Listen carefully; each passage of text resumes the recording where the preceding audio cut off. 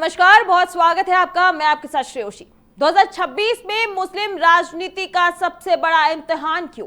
केरल, असम और बंगाल, तीन राज्य, तीन अलग अलग सियासी तस्वीर। क्या इन राज्यों से कोई नया ओवैसी उभरेगा? मुस्लिम वोट किसके हाथ जाएगा?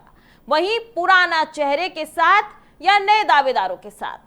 देश के जिन 5 राज्यों में 2026 में विधानसभा चुनाव होने हैं, उसमें केरल, असम और पश्चिम बंगाल खास है। खास इसलिए क्योंकि इन 3 राज्यों में मुस्लिम वोटर 27 से 35% के बीच है।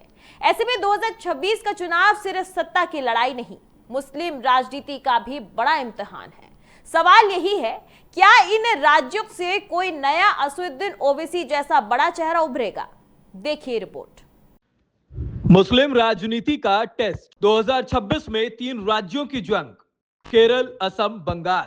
असम का सियासी गणित, मुस्लिम वोट किसका? पहले बात असम की।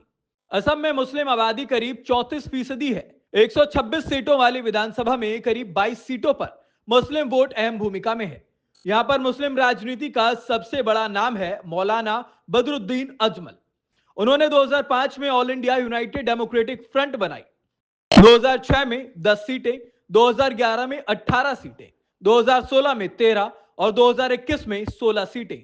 यानी कि पार्टी धीरे धीरे और मजबूत हुई। लेकिन 2024 में लोकसभा चुनाव में अजमल अपनी सीट हार गए।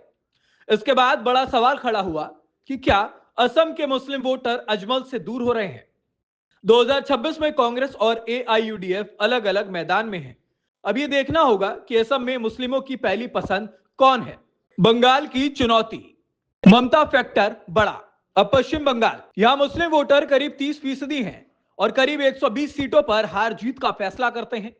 बंगाल में पहले फुरफुरा शरीफ के पीरजादा अब्बास सिद्दीकी ने इंडियन सेक्युलर फ्रंट बनाई। एक नया नाम इसमें सामने आया है, हुमायूं कबीर। इन्होंने जनता उन्नयन पार्टी बनाकर मुस्लिम राजनीति में एंट्री ली है। लेकिन सच्चाई यह है कि 2021 के चुनाव में बंगाल के करीब 86% मुस्लिम वोट तृणमूल कांग्रेस को मिलते हैं। मुख्यमंत्री ममता बनर्जी खुलकर मुसलमानों के साथ खड़ी दिखती हैं, तो सवाल है कि क्या मुस्लिम वोट अब्बास सिद्दीकी या फिर हुमायूं कबीर के साथ जाएगा या फिर एक बार दोबारा ममता पर भरोसा किया जाएगा। केरल का मॉडल, वोट बिखरता नहीं। अब चलते हैं केरल।